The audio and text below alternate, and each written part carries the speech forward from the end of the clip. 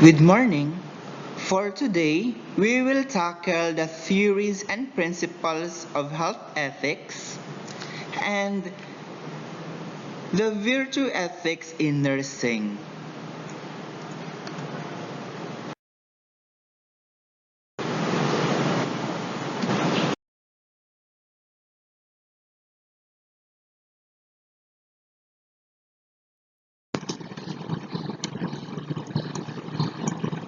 So let's start with philosophy.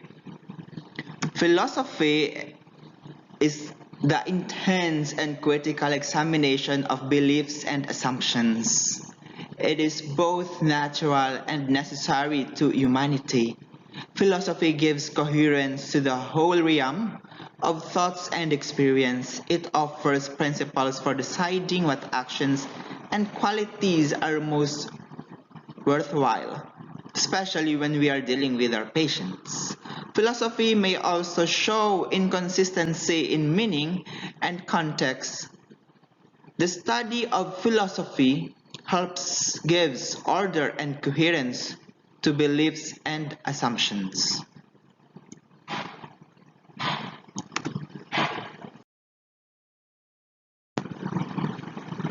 Let's come now to the other, ethics.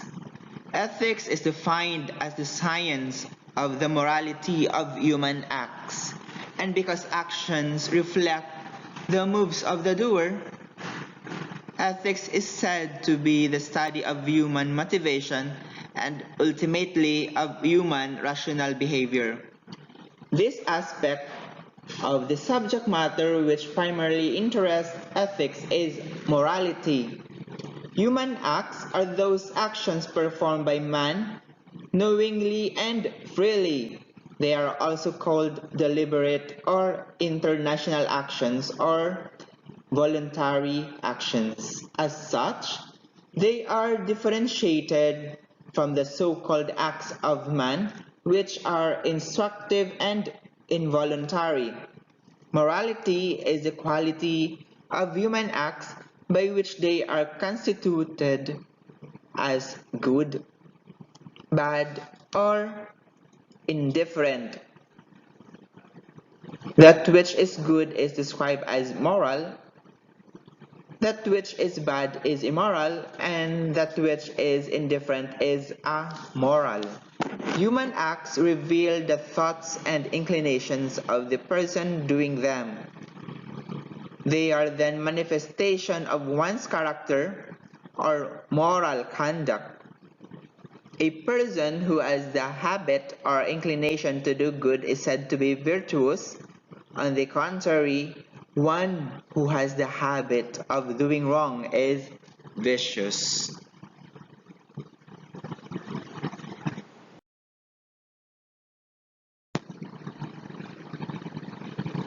Let's come now to the ethical theories, and we have three.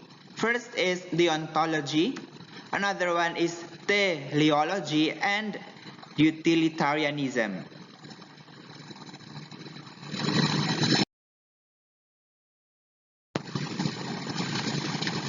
The first theory is deontology. Deontology are based upon the rationalist view that the rightness or wrongness of an act depends upon the nature of the act rather than its consequences. The term deontology is taken from the Greek word duty. Immanuel Kant, a great and brilliant German thinker, laid the foundations for his ethics in his short but influential groundwork of the metaphysics of morals, translated into English by Beck as Foundations of Metaphysics of Morals. His ethical view is sometimes called deontologism for its emphasis on duty or obligations. Kant remains that one acts morally, example, performs a moral act if and only if one does not whatever one is obliged to do. But what is that act which an individual is obliged to do? It is one that is performed or done from a sense of duty or obligation. Thus, what makes an act moral is its being done out of duty, as distinguished from acts done from other reasons. Anyone, for example, what does something merely because one feels like doing it is not acting morally, is not a moral person, nor is he or she performing moral act. Likewise, a doctor who performs his job out of mere desire to do so or inclines towards it rather than something else is not acting morally or doing a moral act. It is only when a doctor recognizes that the duty to cure a patient that he is genuinely a moral person acting morally and doing a distinctively moral act. Duty in this context is that which an individual ought to do despite the inclination to do otherwise or other reason like earning a lot of money. Hence, doing one's duty is doing what one is obliged to do. That is why duty is known as obligation. The ontological theory of ethics is based upon the rationalist view that the rightness or wrongness of an act depends on the nature of the act rather than the consequences. The term is taken from the Greek word for duty.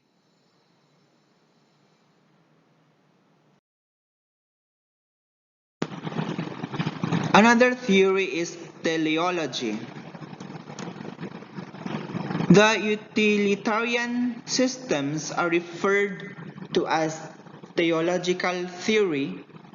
Often individuals attempt to use utilitarian theory when they seek to divide scarce resources such as healthcare. We all know, like, say for example, nurses have scarcity, especially here in the Philippines, because other nurses or a lot of nurses tend to work abroad to earn for their family, have greater fortune compared when they will be working in here. They might justify the denial of a single individual access to a heart transplant if the money could be spent on providing vaccine for thousands. So in here, say for example, heart transplant is really costly, and if majority of the population will be benefited, like say for example vaccination, say for now we have the COVID-19 pandemic wherein vaccination is really needed.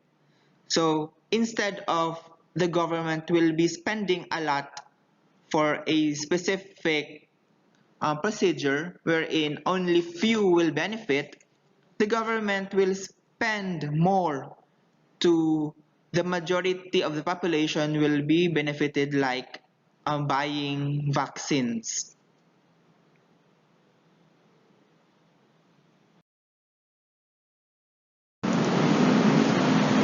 Next is utilitarianism. The greatest value according to Bentham, one of its proponents, is pleasure. But man, being a sociable animal, must conduct his affairs in a way that would benefit others. Thus, the greatest moral good is that which gives the greatest happiness to the greatest number of people. John Stuart defines the greatest good by happiness is intended pleasure and the absence of pain, by unhappiness, pain, and privation of pleasure. found in the writings of the two English philosophers Bentham and Mill. This ethical doctrine states that the wrongness of actions is determined by the goodness and badness of their consequences. So in utilitarianism, the effect will be the consequence. The wrongness or goodness of an action will be determined as the consequence or the end result of our actions. It claims that there is one and only one moral principle. That is the principle of utility. Formulated by Mill, actions are good insofar as they tend to promote happiness, bad as they tend to produce unhappiness. How are we to determine, it may be asked, whether the action tends to promote happiness or tend to produce pain? By means of its consequences or results rather than by means of some features of the actions itself. The utility or usefulness of an action is determined by the extent to which it promotes happiness rather than its reverse. No action seems to be either intrinsically right or intrinsically wrong, nor does the goodness or badness of an act depend upon the motive, intention, or past action of the doer. Consequences, effects, results, and outcomes are the most important. Bearing this principle in mind, we should consider the possible effects of each action of moral decision. We ought to choose the action that produces the most benefits at the least cost of pain of unhappiness. Some unhappiness may possibly result from the action we take, but what matters is the greatest possible balance of happiness over unhappiness for all individuals affected. Physicians, for instance, should minimize the cause of suffering of the patients. Whatever there is a choice between various but equally effective methods of medical treatment, patients' benefit should be maximized. To use an expensive method at the expense of the patient when an inexpensive one may be sufficient would be rightly regarded as an unethical practice. Like whether a patient will be using branded or generic medications for a certain patient, but the end result is the same. So we are pro-patient. Bentham and Mill bent on getting rid of any strain of individualism and subjectivism, gave an alternative formulation for the utilitarian utility principle known as the principle of the greatest happiness. An action is good insofar as it produces the greatest happiness for the greatest number of people, bad insofar as it produces more harm than benefit for the greatest number of individuals. Faced with moral decision, one should not just consider one's happiness for a particular person or group of persons, but the overall balance of the greatest benefits for the greatest number of people. Utilitarianism is a moral theory that holds that an action is judged as good or bad in relation to the consequence, outcome, or end result that is derived from it. Utilitarianism is an important ethical philosophy that has its basis in naturalism. According to the utilitarian school of thought, right action is that which has greatest utility or usefulness. No action is, in itself, either good or bad. Utilitarians hold that the only factors that make actions good or bad are the outcomes or the end results that are derived from them.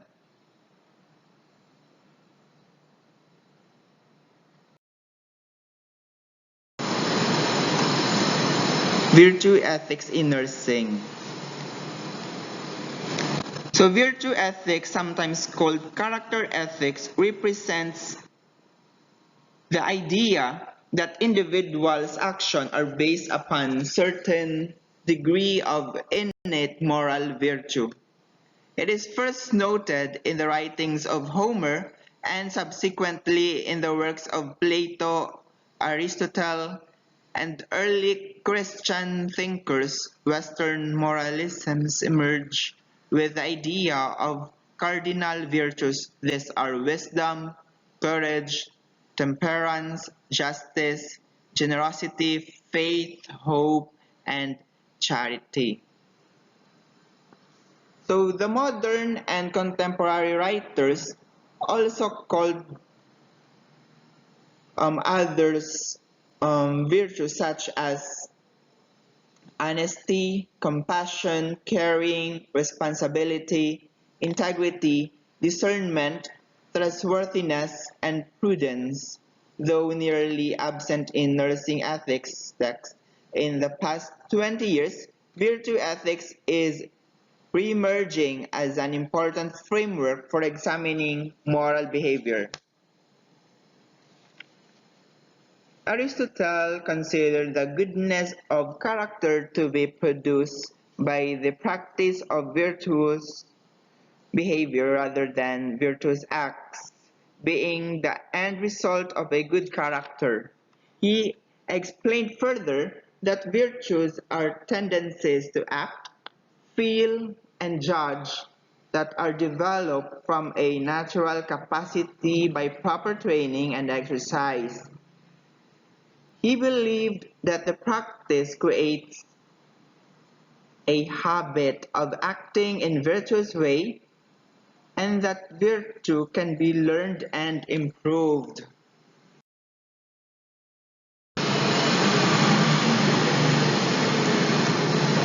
Virtue, according to Aristotle, depends on clear judgment, self-control, asymmetry of desire, and artistry of means.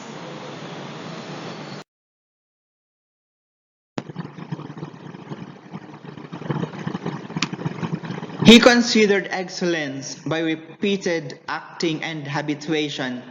He believed that virtuous character is created by repeated acting in a virtuous manner, and he has provided three criteria. First is virtuous acts must be chosen from their own sake. The choice must proceed from a firm and unchangeable character, and virtue is a deposition to choose the mean. For Aristotle, the golden mean of virtuous behavior meant practicing moderation, avoiding both excess and deficiency. For him, the basic moral question is not what should one do, but rather what should one be.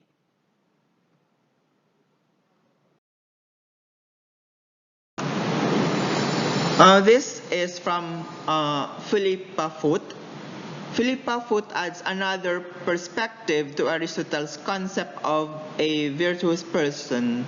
She proposes that virtue lies not only in engaging in virtuous acts, but also in will. According to her, will is that which is wished for as well as what is sought. A positive or moral will is sometimes the necessary ingredient in success. According to her, sometimes one man succeeds where another fails. not because there is some specific difference in their previous conduct, but rather because his heart lies in a different place, and the disposition of the heart is part of virtue. What this suggests is that a man's virtue may be judged by his innermost desires as well as by his intentions, and this fits with our idea that a virtue such as generosity lies as much in someone's attitudes as his actions. According to Put, virtue is not like a skill or an art. It cannot merely be practiced and perfected act. It must actually engage the will. In other words, an act, though apparently kind or generous, for example, cannot be considered to be virtuous if the intention is not good. Although Aristotle's idea of virtue is one of hope, everyone has the capacity to learn virtuous action. Foot makes the road to virtuous character less easily traveled.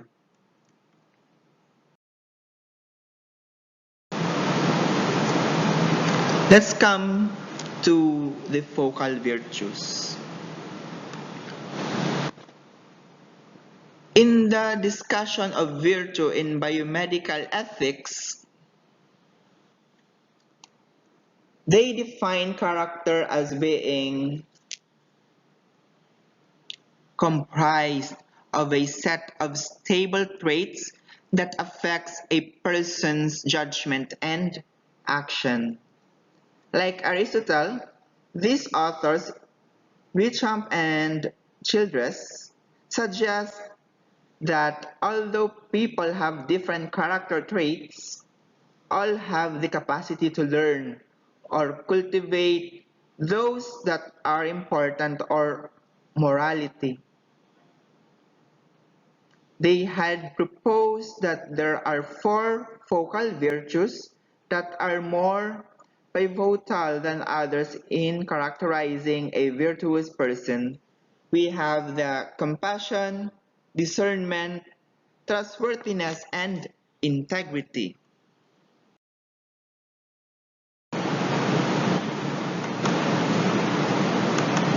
The first is compassion. Compassion is the ability to oneself in the situation of another.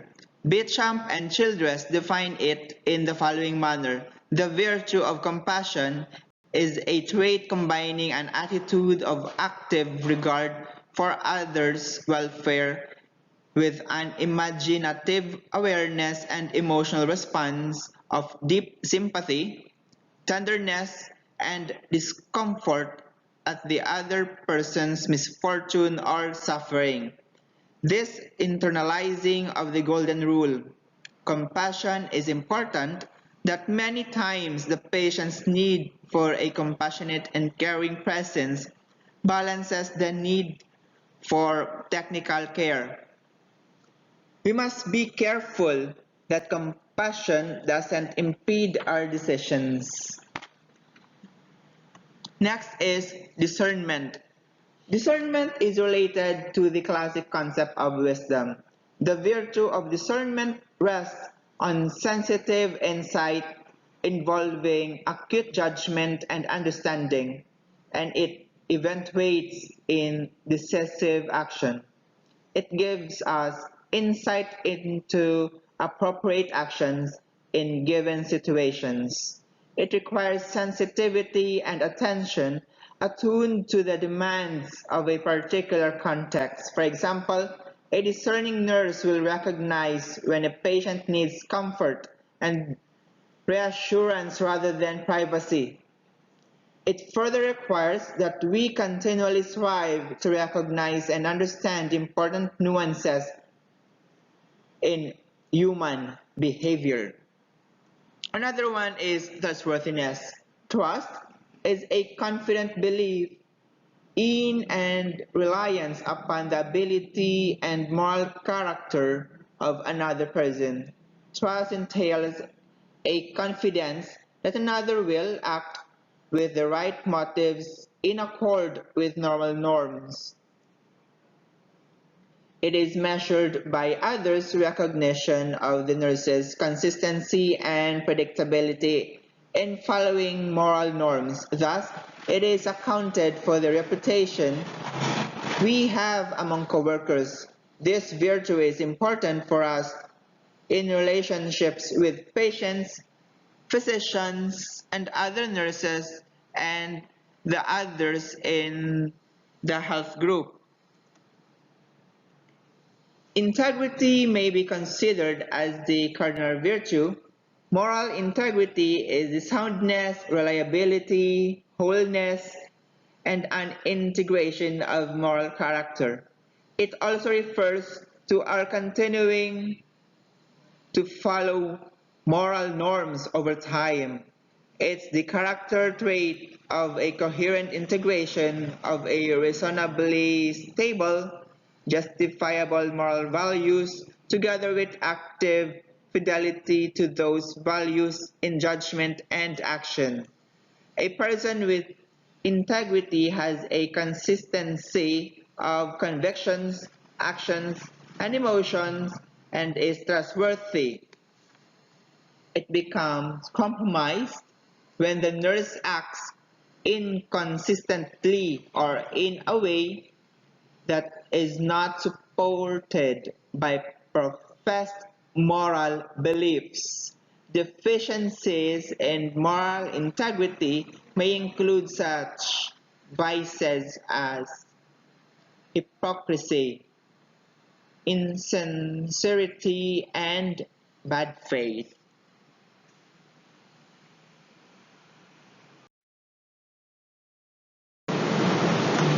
How does the concept of virtue or character ethics fit nursing as a principled profession? It is likely that principled behavior, while not the sole domain of a good moral character, is more likely to occur in the presence of one. Certainly, Florence Nightingale thought virtue was an important trait of the good nurse. As traditionally recited by graduating nurses, the Nightingale's pledge implies virtue of character as nurses promise purity, faith, loyalty, devotion, trustworthiness, and temperance. It is reasonable to say that good character is the cornerstone of good nursing and that the nurse with virtue will act according to principle. If Aristotle was correct in his belief that virtue can be practiced and learned, then we can learn through practice those acts which by their doing create a virtuous person.